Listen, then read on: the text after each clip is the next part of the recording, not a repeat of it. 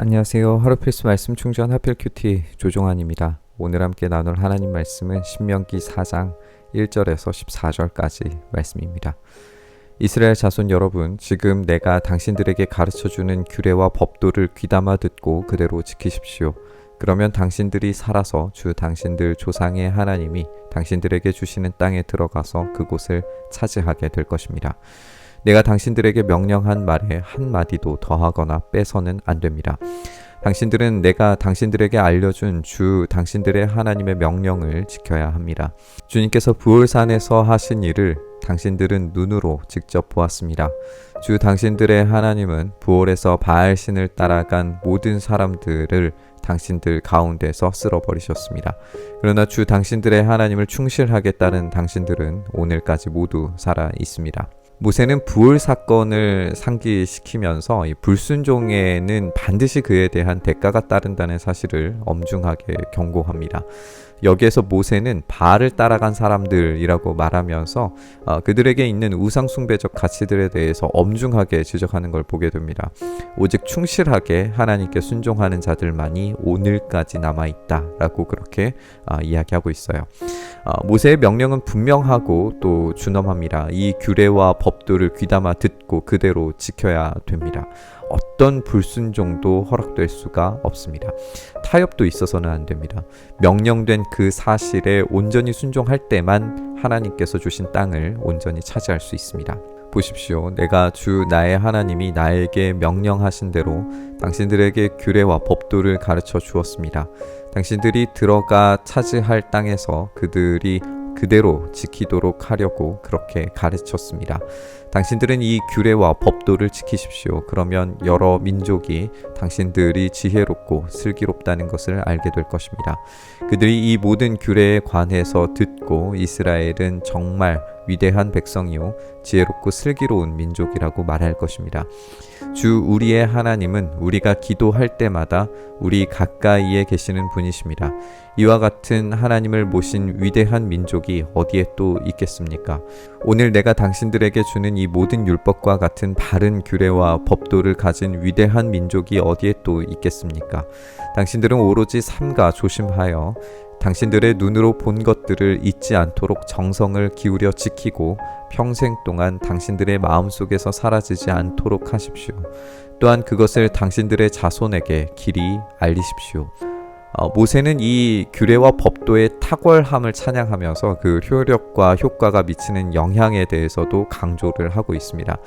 그들은 규례와 법도를 온전히 순종할 때 얼마나 지혜롭고 슬기로운가를 주변 여러 민족들이 깨닫게 될 거라고 말하고 있어요. 또 이 율법을 준행함으로 이스라엘이 위대한 백성으로서 하나님을 온전히 모시며 주변으로 하나님만이 유일하신 하나님이시고 또 그분이야말로 온 세계의 진정한 통치자시라는 사실을 증명할 수 있게 됩니다.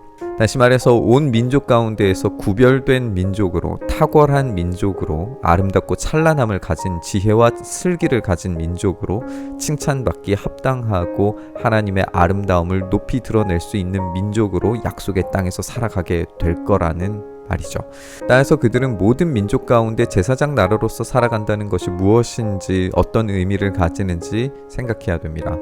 불순종했을 때의 비참한 결과를 기억해야 하고 순종했을 때에 얻어질 놀라운 상급을 기억해야 됩니다. 평생 동안 이것을 가르치고 준행할 수 있도록 해야 됩니다. 당신들은 호렙산에서 당신들의 하나님이신 주님 앞에 섰던 날에 주님께서 나에게 말씀하셨습니다. 이 백성을 나에게로 불러 모아라. 내가 그들에게 나의 말을 들려주어서 그들이 이 땅에서 사는 동안에 나를 경외하는 것을 배우고 또 이것을 그들의 아들, 딸에게 가르치게 하려고 한다. 우리는 이 짧은 한 구절 속에서 호렙산에서 당신들의 하나님이신 주님 앞에 섰던 이들이 바로 당신들이라고 하는 아주 엄중한 표현을 읽게 됩니다.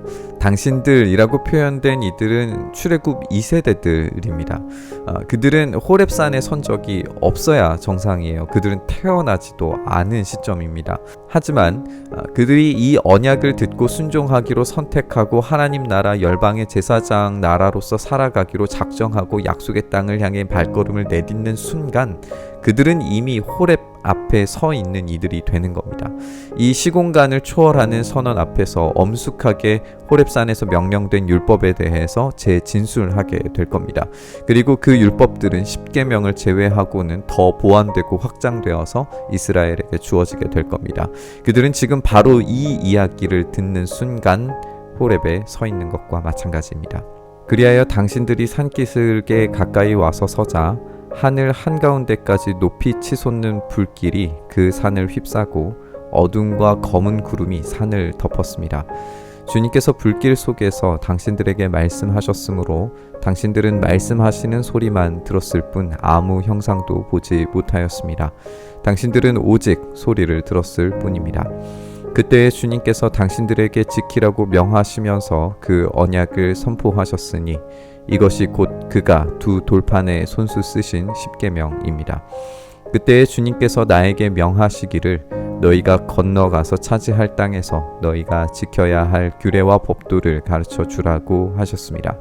1세대 출애굽 백성들이 소리를 들었던 것이나 지금 2세대 출애굽인들이 소리를 듣고 있는 것은 다르지 않습니다. 그곳에서 선언되었던 말씀이 지금 여기에서 똑같이 들려지고 있다라는 것이 중요한 거죠. 따라서 이 소리는 계속해서 전달되고 전수되어야 하는 것입니다. 그들 가운데 치솟는 이 불길과 어두운 구름의 빽빽한 차오름은 하나님의 영광의 임재 상징입니다. 이 외형에 압도당하며 복종할 수는 있겠지만 그보다 더 중요한 것은 그 안에 담겨진 지혜의 핵심, 이 규례와 법도입니다. 이들은 그곳에 섰던 1세대만큼이나 간절하게 이 명령 앞에 서야 됩니다. 이 말씀을 온전히 준행하고 수행해야 됩니다. 그때에만 비로소 이들의 출애굽은 온전한 결말, 하나님 나라, 온 열방의 제사장 나라로서의 비전을 성취할 수 있게 될 겁니다. 우리도 동일한 원리를 이 십자가에서 발견하기를 바랍니다. 우리 주님께서 마지막 식탁에서 나누어 주신 그 떡과 잔을 우리는 성찬을 통해서 함께 공유하고 그 이야기를 듣습니다. 그 어둡고 모든 것이 흔들리고 바위가 터지던 그 십자가의 마지막 순간 다 이루었다라는 이야기를 듣고 이방인 백부장이 하나님의 아들로 고백한 사건을 우리는 듣습니다.